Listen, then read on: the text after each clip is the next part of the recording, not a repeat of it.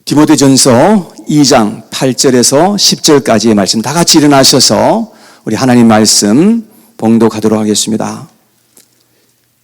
시작. 그러므로 각처에서 남자들이 분노와 다툼이 없이 거룩한 손을 들어 기도하기를 원하노라. 또 이와 같이 여자들도 단정하게 옷을 입으며 소박함과 정절로서 자기를 단장하고 따은 머리와 금이나 진주나 값진 옷으로 하지 말고 오직 선행으로 하기를 원하노라. 이것이 하나님을 경외한다 하는 자들에게 마땅한 것이니라. 아멘. 자리에 앉겠습니다. 지난주에 저는 선한 싸움에 대한 그런 말씀을 증거했습니다. 한 주간 동안 여러분 사시면서 선한 싸움을 잘 싸우셨는지요? 아니면 선한 싸움에 대한 그런 의식을 가지고 한 주간을 사셨는지 모르겠습니다. 선한 싸움은 아주 격렬한 싸움이고 영적인 싸움인 것임을 제가 또 한 말씀을 드렸습니다. 그래서 절대로 적당하게 싸워서 이길 수 있는 그런 싸움이 아니라는 것을 말씀을 드렸습니다.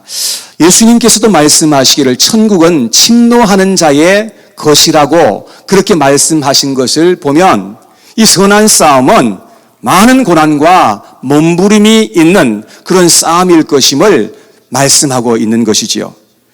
사도 바울은 자기의 사랑하는 애제자 디모데를 향해서 선한 싸움을 싸울 것을 명령하고 있는 것을 우리가 보았습니다.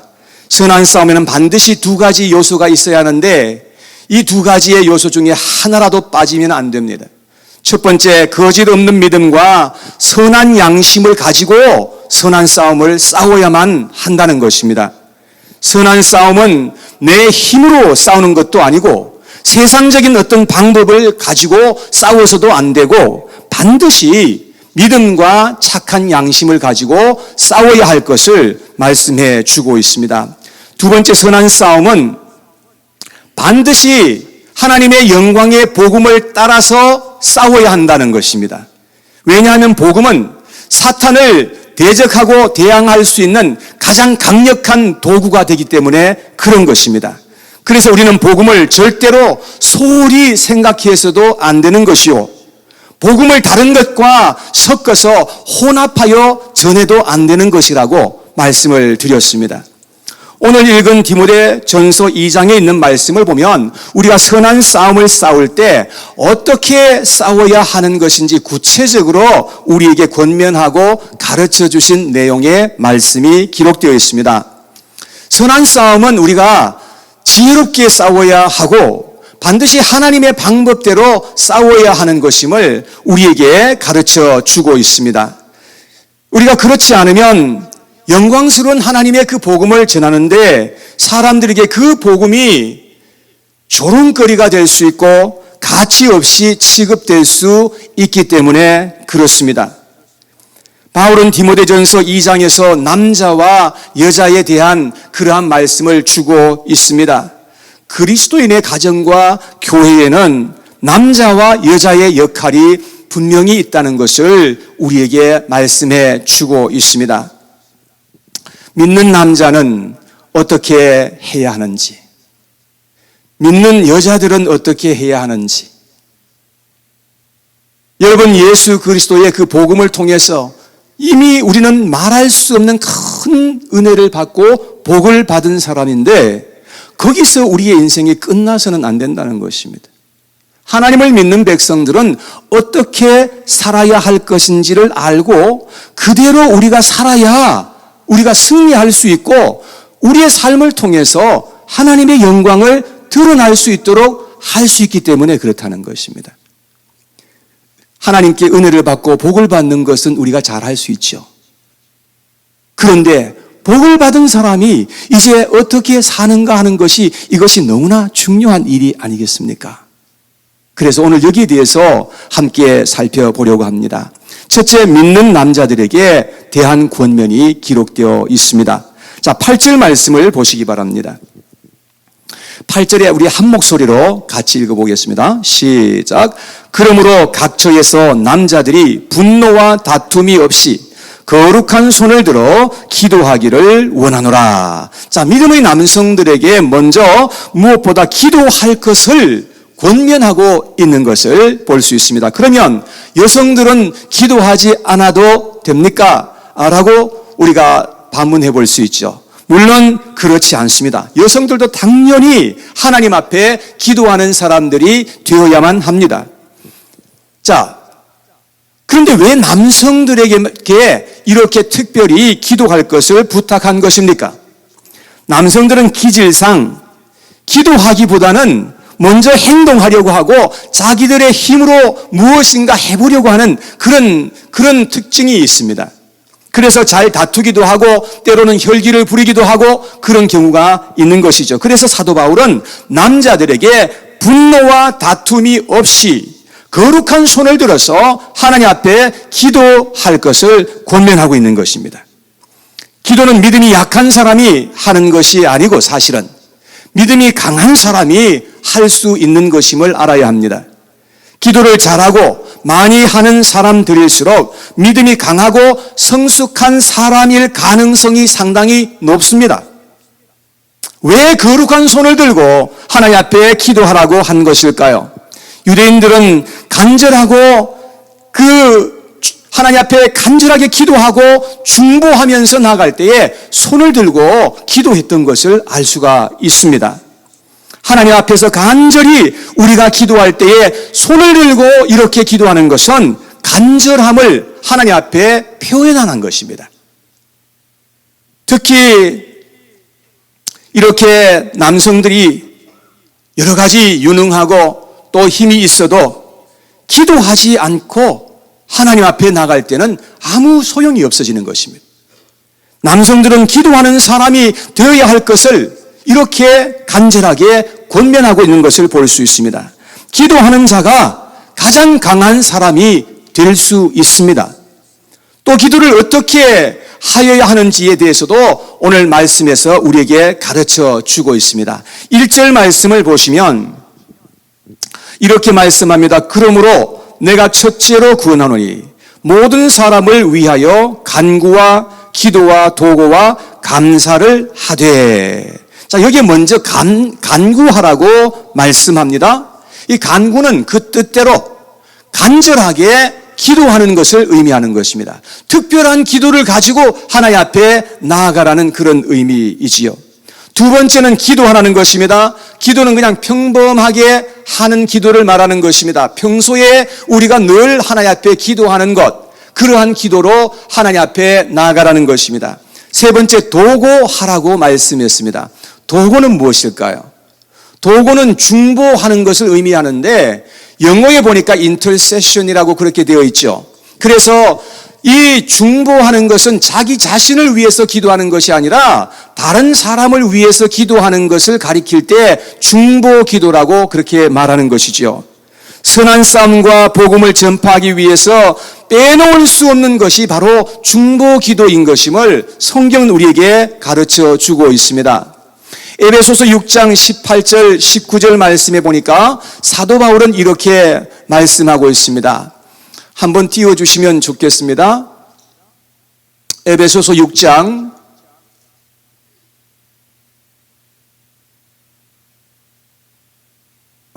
왜 뒤에는 안 띄워지죠? 네, 알겠습니다. 한번 앞에 보시고 같이 한번 읽어봐요. 시작. 모든 기도와 간구를 하되 항상 성령 안에서 기도하고 이를 위하여 깨어 구하기를 항상 힘쓰며 여러 성도를 위하여 구하라. 또 나를 위하여 구할 것은 내게 말씀을 주사 나로 입을 열어 복음의 비밀을 담대히 알리게 하옵소서 할 것이니.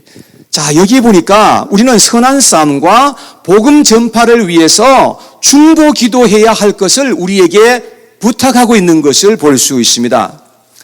성도들을 위해서 우리가 기도해야 하고 특별히 목회자들을 위해서 기도해야 하는 그 이유는 목회자들이 복음을 증거할 때에 성령의 능력으로 복음을 증거할 수 있도록 성도들이 이렇게 기도해 줄 것을 바울이 부탁하고 있는 것을 볼 수 있습니다. 네 번째, 감사할 것을 말씀했습니다. 여러분, 감사도 기도에 포함시켜야 될까요? 성경은 그렇다고 말씀합니다. 시편을 읽어보면 특별히 고난 속에서 하는 기도가 많이 기록되어 있는 것을 볼 수가 있는데요. 그런데 시를 마무리할 때는 아직까지 기도 응답이 이루어지지 않았음에도 불구하고 감사와 찬양으로 마무리하는 그런 시편을 많이 볼 수가 있습니다. 왜냐하면 하나님께서 그 기도를 들으시고 응답하여 주시는 하나님이신 것임을 확신하기 때문에 그랬습니다. 그래서 기도할 때에 우리는 무엇보다도 감사를 빼놓지 않아야 한다는 것입니다. 빌립보서 4장 6절에 보니까 한번 같이 읽어보겠습니다. 시작. 아무것도 염려하지 말고 다만 모든 일에 기도와 간구로 너희 구할 것을 감사함으로 하나님께 아뢰라. 여러분, 감사는 기도와 간구의 아주 중요한 요소인 것임을 알 수 있습니다. 간구와 기도를 하되 감사가 없는 간구와 기도는 좋은 기도라고 할 수가 없는 것이죠. 기도는 너무나 중요하기 때문에 사도 바울은 첫째로 너희에게 권한다 라고 그렇게 말씀했습니다. 이 말은 그 어떤 것보다도 우리에게는 기도가 우선되어야 할 것을 말씀하고 있는 것이 아니겠습니까? 선한 싸움에서 기도보다 더 중요한 것이 어디에 있겠습니까? 기도로 우리는 선한 싸움을 싸우게 되는 것입니다. 여러분, 기도하지 않는다면 선한 싸움도 있을 수가 없는 것이겠지요. 사도 바울은 또한 기도의 범위도 우리에게 알려주셨습니다. 기도의 범위는 모든 사람을 위해서 기도하라고 알려주셨습니다. 자, 1절과 2절에 보니까 이렇게 말합니다. 1절, 2절을 다시 읽습니다. 그러므로 내가 첫째로 구원하노니 모든 사람을 위하여 간구와 기도와 도구와 감사를 하되 임금들과 높은 지위에 있는 모든 사람을 위하여 하라.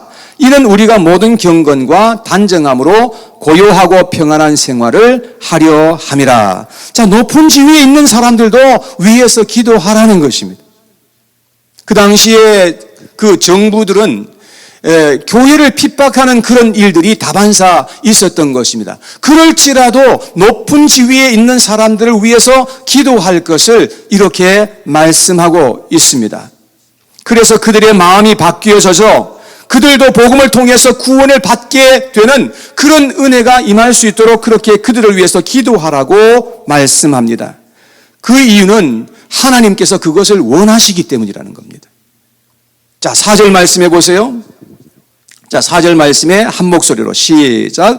하나님은 모든 사람이 구원을 받으며 진리를 아는 데 이르기를 원하시느니라. 자, 하나님은 모든 사람이 다 구원받게 되기를 원하신다고 말씀했습니다. 그렇다고 모든 사람이 다 구원을 받는 것은 아니지만 그러나 적어도 이것이 하나님의 마음이다라고 하는 것을 우리에게 이야기하고 있습니다. 우리의 하나님은 높은 지위에 있거나 낮은 지위에 있는 그 모든 사람이 다 구원을 받고 진리를 아는데 이르기를 원하시는 분이 우리 하나님이라고 성경은 그렇게 가르쳐주고 있습니다. 자, 5절과 6절 말씀을 또 보겠습니다. 5절, 6절 다 같이 시작. 하나님은 한 분이시요 또 하나님과 사람 사이의 중보자도 한 분이시니 곧 사람이신 그리스도 예수라. 그가 모든 사람을 위하여 자기를 대속물로 주셨으니 기약이 이르러 주신 증거니라. 자, 여기에 보니까 예수님께서는 모든 사람을 위해서 자기 자신을 대속물로 내어주셨다. 모든 사람을 위해서 내어주셨다는 것입니다. 그래서 사도 바울은 어떻게 하든지 모든 사람에게 복음을 전하기 위해서 얼마나 애썼는지를 우리는 보게 되는 것입니다. 사도 바울은 또한 복음 전파를 위해서 부름을 받았다고 그렇게 말했습니다. 그런데 우리는 복음이 더욱더 능력 있게 증거되기 위해서 우리는 간절히 기도해야 할 것을 권면하고 있는 것이지요. 자, 8절에 보니까 그러므로 라고 시작합니다. 여러분, 무슨 말입니까? 그러므로 하나님은 모든 사람이 구원받게 되기를 원하신다는 것입니다. 그러므로 우리는 이 일을 위해서 기도해야 된다라고 하는 그런 말씀이지요. 사랑하는 여러분, 우리의 선한 싸움은 무릎에 있다고 해도 과언이 아닐 것입니다. 우리는 무엇보다도 더욱더 간절히 간구하고 기도하고 도고를 올리고 감사로 하나님 앞에 나아가서 거룩한 손을 들고 우리 하나님 앞에 기도할 것을 우리에게 이렇게 간절하게 권면하고 있는 것이지요. 선한 싸움을 위해서 반드시 이러한 기도가 있어야 한다는 것을 가르쳐주고 있습니다. 시편 28편 2절에 보니까 다윗은 이렇게 말했습니다. 같이 한번 읽어봐요. 시작. 내가 주의 지성소를 향하여 나의 손을 들고 주께 부르짖을 때에 나의 간구하는 소리를 들으소서. 다윗은 지성소가 있는 그곳을 향해서 손을 들고 간절하게 부르짖어 기도하였던 것을 말하고 있습니다. 그러한 다윗을 하나님께서는 만나주셨고 그를 높여주셨던 것을 우리는 볼 수 있는 것이지요. 저는 반석교회에 하나님 앞에서 간절하게 기도할 수 있는 그런 남성들이 이곳에 많이 세워졌으면 너무너무 좋겠습니다. 물론 기도하는 여성들도 많이 세워져야죠. 교회 안에서 가장 중요한 것은 바로 이렇게 간절하게 기도하는 하나님의 백성들이 함께 모여서 기도하는 것, 그것이 얼마나 중요한 일인지를 우리가 알 수 있는 것이지요. 그것은 선한 싸움을 싸우는 가장 기본적인 것이면서도 불구하고 가장 강력하고 좋은 방법이기 때문에 그런 것입니다. 여러분 여기에 동의하실 수 있겠습니까? 우리는 주님 앞에서 간절하게 기도하는 사람이 되어야 그래야 한다는 것을 가르쳐주고 있는 것이죠. 자, 두 번째, 믿는 여성들에게 이제 권면하는 말씀인데, 자, 이 말씀도 집중해서 한번 들어보시기 바랍니다. 우리 여성들에게는 가장 먼저 말씀한 것이 단정한 옷을 입으라고 그렇게 권면하고 있습니다. 단정하게 옷을 입어야 한다는 것입니다. 자, 9절 말씀에 보겠습니다. 또 이와 같이 여자들도 단정하게 옷을 입으며 소박함과 정절로서 자기를 단장하고 따은 머리와 금이나 진주나 값진 옷으로 하지 말고. 자, 여성들은 옷에 관심이 남성들보다는 더 많이 있는 것 같습니다. 그래서 비싼 옷과 보석을 가지고 자기의 몸을 단장하고 싶어 하는 그런 경향이 없지 않아 있는 것이지요. 그래서 자신을 과시하고 돋보이게 하려는 그런 마음이 없지 않아 있는 것이죠. 그런데 성경에 보니까 그렇게 하지 말라고 가르쳐 주십니다. 비싼 옷보다는 단정한 옷을 입고 소박함을 추구하라고 그렇게 말씀하고 있습니다. 금이나 진주나 값진 옷으로 하지 말라고 말씀했습니다. 믿음의 여성들, 하나님을 정말 경외하는 여성들은 그렇게 해서는 안 될 것을 우리에게 이렇게 가르쳐 주는 것이죠. 믿음의 여성들은 정절로 자신을 단장하라고 말씀했습니다. 정절이란 말은 적절하게 또는 좋은 정신으로 라는 그런 의미가 있습니다. 그래서 믿는 자들에게 합당한 옷차림이 있다라는 것을 성경은 가르쳐 주고 있습니다.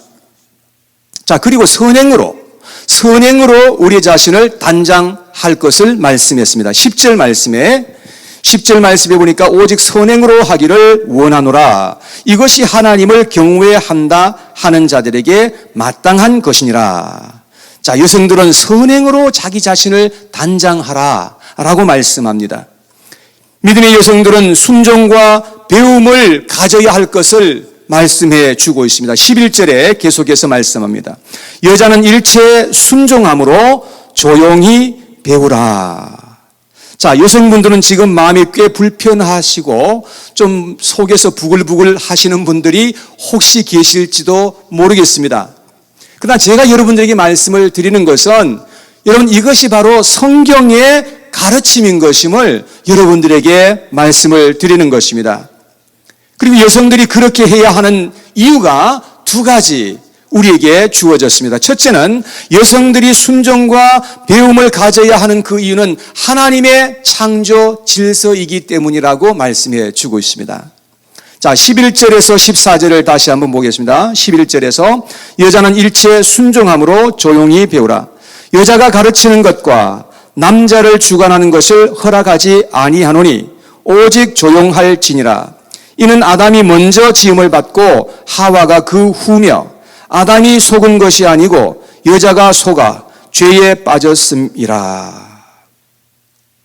자, 이 세상의 모든 것은 하나님께서 만들어 놓으신 창조 질서와 원리에 의해서 움직인다는 것을 우리는 잘 알고 있습니다.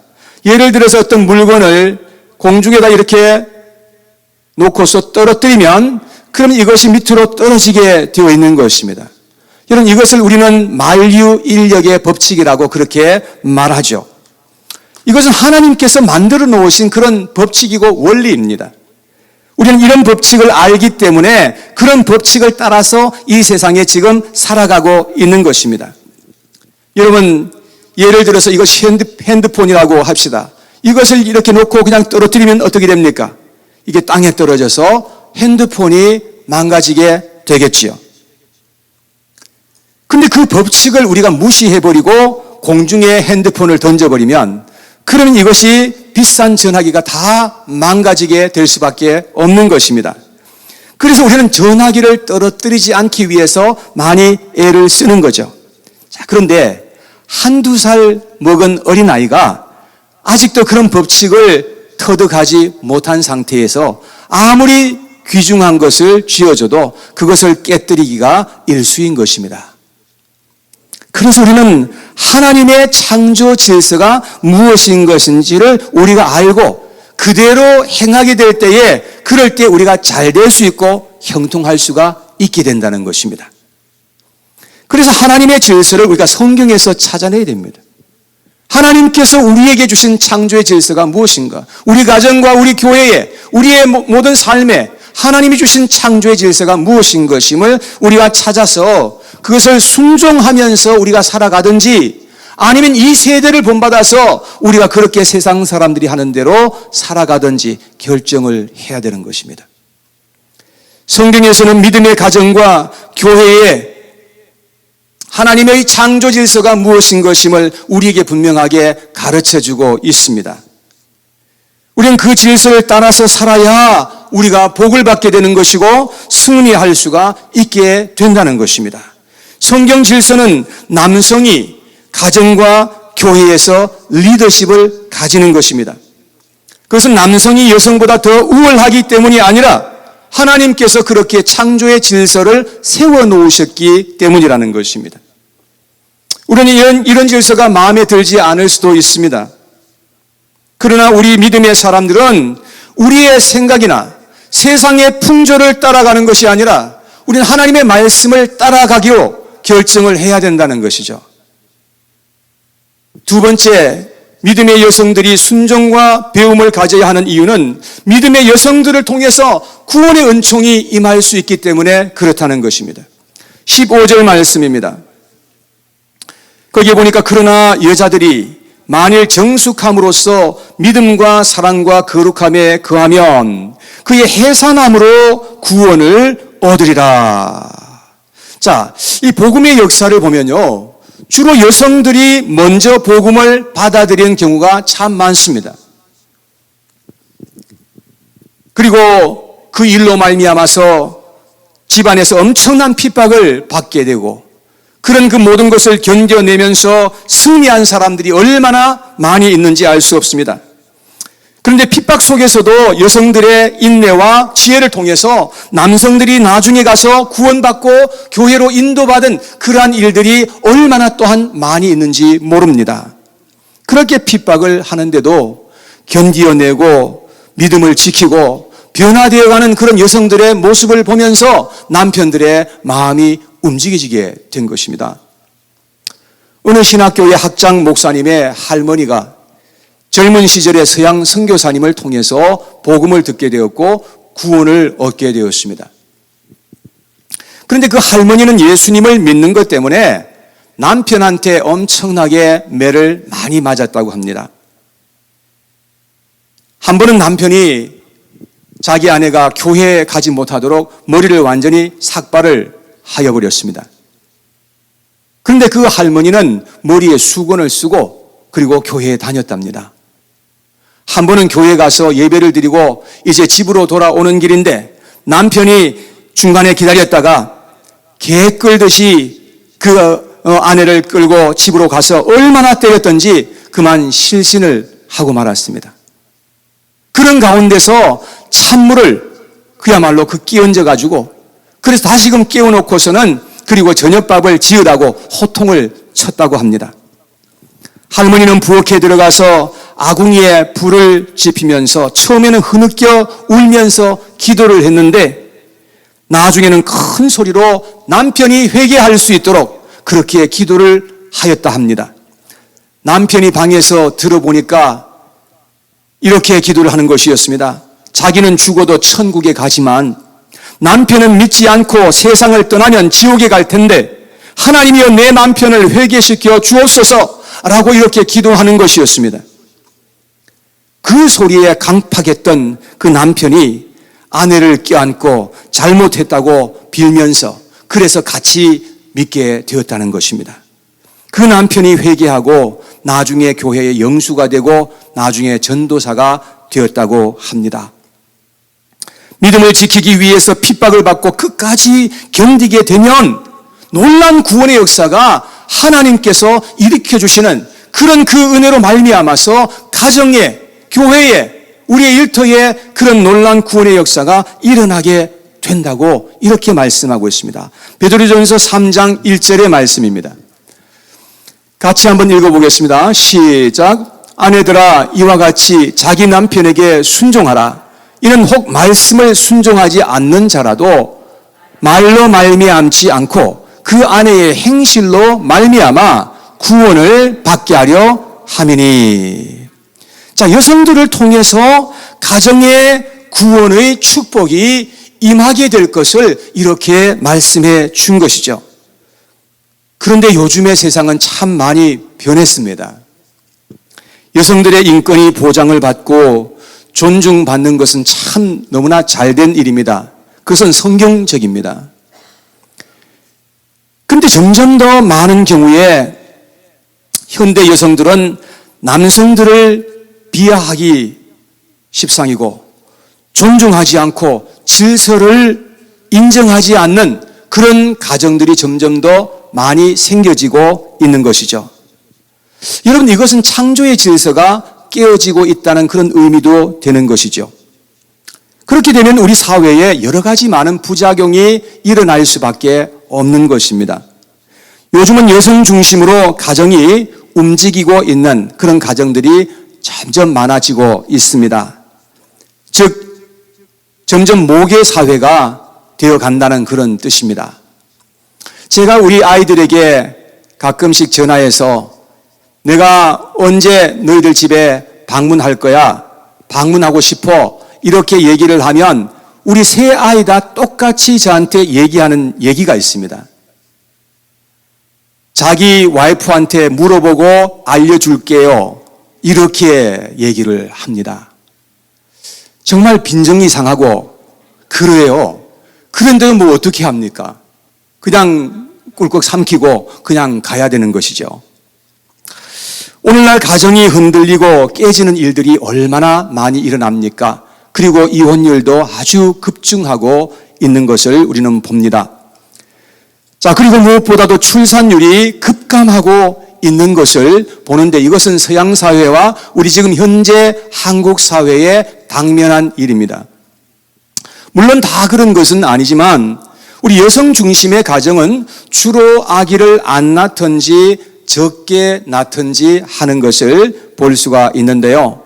저희 가정도 하마터면 아이를 하나만 낳을 뻔했는데 우리 하나님의 은혜로 셋을 주셔서 참으로 그렇게 그 세 가정이 되었습니다.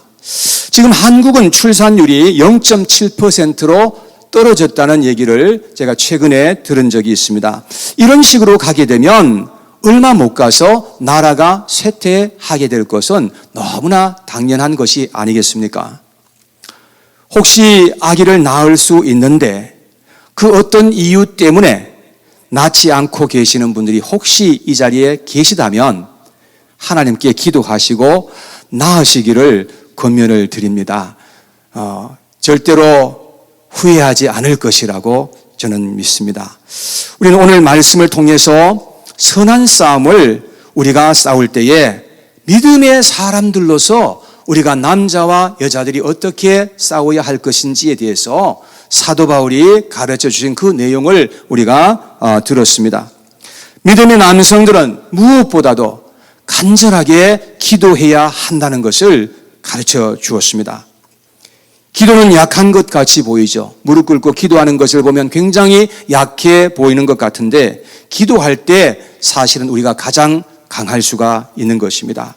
우리가 기도할 때에 하나님은 더 많이 일하실 수 있으신 것이죠. 그래서 남성들은 기도하는 일에 더욱더 열심히 해야 한다는 것을 우리가 알게 되는 것입니다. 남성들이 교회에서 봉사하고 섬기는 것을 보면 참 흐뭇하고 보기가 저는 좋습니다. 그런데 그렇게 하기 위해서는 먼저 기도가 선행되어야 한다는 것을 성경은 우리에게 가르쳐주고 있습니다. 기도하지 않고 교회에서 봉사하게 될 때에 나중에 가서는 부작용이 생겨지게 될 수 있습니다. 그래서 남성들은 먼저 기도의 용사들이 되어야 한다는 말입니다.